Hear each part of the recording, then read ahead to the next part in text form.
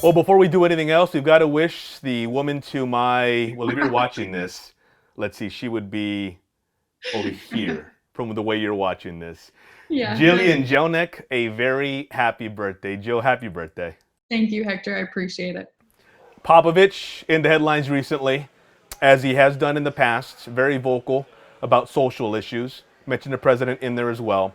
We're not really going to get into what Pop said about the president. We're going to get into what he talked about in terms of the racial inequalities that many people face. And Joe, I know Blackout Tuesday is something that has been formed today, and it's something that we wanted to do here on Sports Tonight. And we thought, what's the best way to contribute in our own way to Blackout Tuesday? We've been lucky enough to be given a platform. And so we figured what we can do is discuss this very issue without the fear of, well, you got to keep politics out of it. Well, you can't say that because you might offend this person. Well, what about this and what about that? There is nothing political, there is nothing controversial about our right to be looked at equally and, more importantly, be treated equally. And I think we've paid lip service in race relations over the last couple of decades in this country. We haven't practiced it though. And so this is our way, Jill, of trying to contribute. Practicing, you mentioned contributing and just having this conversation.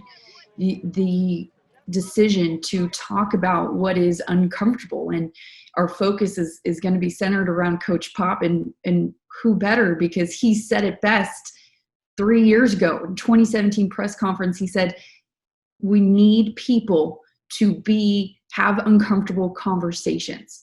Those uncomfortable conversations are so important. And the more we have them, the more that gets done, the more conversations that are had. And that's exactly what we want to achieve today. So this is what Pop said yesterday to The Nation, a publication, national publication.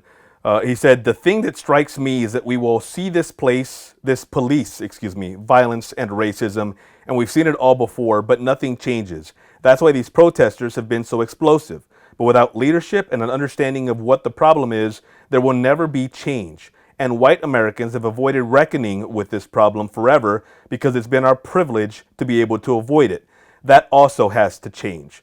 And to me, Joe, that resonates because you read that, and given what's going on now, you go, well, yeah, duh. But we've struggled to get to that, and we might not even get to that point because as someone is watching this right now, they might dismiss the notion of white privilege. Look, if you don't like the term, go beyond the term or go beyond your disgust for whoever says it or whomever says it and look at what it really means. Are people of different cultures and races treated differently? I think it'd be really naive and or close-minded to say no, they're not. And I think the fact that Pop is at least saying this is step one. Sad as that may be, considering it's 2020, step one in terms of how we begin to move forward is, when I say that, I don't mean Pop saying it as step one, the realization that people aren't treated differently, that there is a systemic issue. And if you don't like that term, again, then use a different term, but recognize the problem. There are issues that go beyond the one-off instance of racism or that wasn't really racist, you just took it that way because of this. No, when it happens over and over and over in all different parts of the country and to different people, it is systemic. Define it however you want. No, that's exactly right. And what he said, how he said it, to your point, it's not exactly his words saying it's step one, but it's the basics. It's the absolute foundation of this is you have to understand that it is different for different races. Like you said, Hector, and he had a wonderful quote going back to having this conversation of being uncomfortable. He said, people have to be made to feel uncomfortable, especially white people. And it goes back to that white privilege. What really does that mean? What are we saying when we say that? Well, we're saying that at the very core of everything, people are not treated equally. How about we start there? In terms of what is happening now, Popovich had this to say, it's clear what needs to be done. We need a president to come out and simply say that Black Lives Matter. Just say those three words, Black Lives Matter, and then Pop goes on to say that he's appalled and that might be me paraphrasing, but he's really disturbed that a president can't say Black Lives Matter. Look, of course all lives matter, but it's the analogy you hear, getting back to the analogy part, the analogy you hear is that's like showing up to an event for breast cancer awareness and saying, wait a minute, guys, we need to draw attention to all forms of cancer. Of course we do. It's just in that moment, because that person and people around that person are affected by breast cancer, they are raising money, raising awareness, doing what they can for breast cancer awareness. So even this issue of Black Lives Matter hasn't really been clear. And to take it one step further, people have gone out of their way to demonize the Black Lives Matter movement. And I know that there have been people in the name of the movement who have committed some crimes. Some murders in Dallas of police officers several years ago were the result of a Black Lives Matter protest. That is awful. It is awful that anyone in the name of anything goes out and murders anyone else. That can't be tolerated, and that should never be tolerated. What happened then is the demonization is, see, Black Lives Matter is bad. And we got off subject. The ball moved. And we dropped the ball in terms of the conversation. We never got back to Black Lives Matter. I love that analogy. We dropped the ball. It's almost as if we missed the entire memo. We only got this small piece of it, and we missed that big picture of what the Black Lives Matter movement was really trying to do, trying to achieve. Going back to what you said, yes, all lives matter, but that was not the point.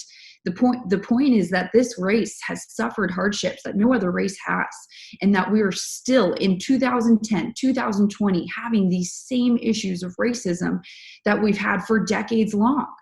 And now I do want to point out that in these protests this last weekend, everything going on this last week, the largest difference that I've seen, that I've also heard others say they have seen as well, is there are more white people marching. There are more white people protesting, speaking out, having tougher conversations, making aware X, Y, and Z. There are more races being involved with this movement now than I had seen the last decade or two, and I have heard others say the same thing as well. Is that enough? Of course not. Of course not. We are so far from where we want to be as a society in terms of racism. But this last weekend, it was so important to see that it wasn't just African Americans in these protests. It was all races. Magic Johnson said that in an interview with CNN yesterday. He said he was so thrilled to see not just Blacks, all races out there protesting. On the protest, Jill, Pop said this: they were very necessary, but they need to be organized better. It's frustrating. When Martin Luther King did a protest, you knew when to show, when to come back the next day. But if you're just organizing protests and everyone is coming and going in every different direction, it doesn't work that way. If it was nonviolent, they knew to be nonviolent. But this is muddled. More leadership would be very welcome, so these incredible mass demonstrations can't be used by people for other means. We can limit the bad, but only if things are organized better. And to the point of our uncertainty about Blackout Tuesday, I hear what Pop's saying. I think that's one of those things that when he realizes this, it's easier said than done. But if nobody says it, you eventually don't get there in terms of it being organized better. But his point is taken. Yes, the protests shouldn't turn to riots, and the cause shouldn't be lost. And that's where we are right now, is I think people are trying to wrap their heads around, well, we've got to do something. But we can't do that being the rioting. We shouldn't be doing that, and we need to denounce that.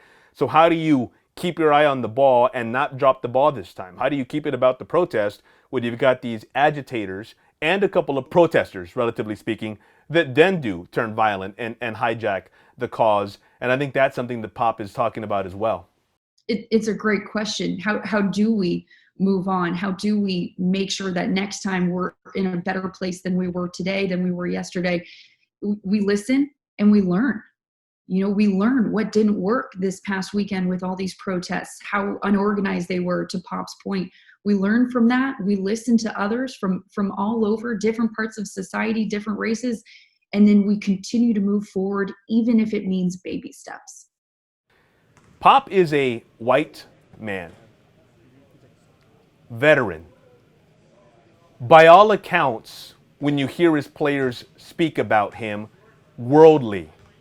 We know in dealing with him, intelligent, thoughtful, extremely articulate, and eloquent. You might not agree with what he has to say, but you've got to listen to what he has to say. I think it's incumbent on what he has to say. And that doesn't mean that you have to be okay with what he says about the president. You don't have to be okay with it. There's a phrase, right? When so and so speaks, you listen. Pop is one of those guys, especially on this issue, because you just can't label him a hack. He's too smart to be a hack. You can't just say, well, what else is he going to say? He's African American. He's obviously not African American. You can't just say, well, he's a politician. He has political views, as many of us do, but he's not a politician. He's not running for office as of right now that we know of. He's not, nor, and he said before, he has no interest in that kind of public service. So disregard what Pop says, but I will say this. While you don't have to agree with it, to dismiss it is doing yourself a disservice. Because one of my favorite sayings is, if you're the smartest person in the room, you've got to leave that room. When you're by Pop, you're never the smartest person in the room. It's been an awesome experience and a pleasure to cover him from a media perspective. And as many times as we've butted heads, the media and Coach Pop, with his sometimes very few words that he gives us, it is still, to your point, being in his presence, you're in the presence of greatness. But what makes him so powerful as a human being is how his presence goes beyond his coaching stature. How he is so much bigger than just the longtime head coach of the San Antonio Spurs. And to your point, when Coach Pop speaks, you listen. And I look forward to continuing to listen to him for a long time. We hope that we at least did a little bit on this Blackout Tuesday. And and I know I speak for Jill when I say this, and Jill, if you want to follow up after I say this, I say to our African American brothers and sisters, we are with you. Professionally, did a piece yesterday. I haven't always realized the struggle. Let me rephrase that. I've realized the struggle. I really didn't hone in on the struggle. That was my bad. I'm not doing that anymore. And I hope that in our own way, each one of us moves forward in that direction. That no longer will this be something that I look at and I'm saddened by, but then I move on. It's got to be something that I look at, I'm saddened by, I'm disgusted by, and then I'm called to take action. And I'm going to do that the best I can going forward. And I want to continue to have uncomfortable conversations. I want to continue the conversation. I want to talk about all of this, whether we're media or individuals, however you want to look at us. We need to continue the conversation, spread awareness, and create positive change.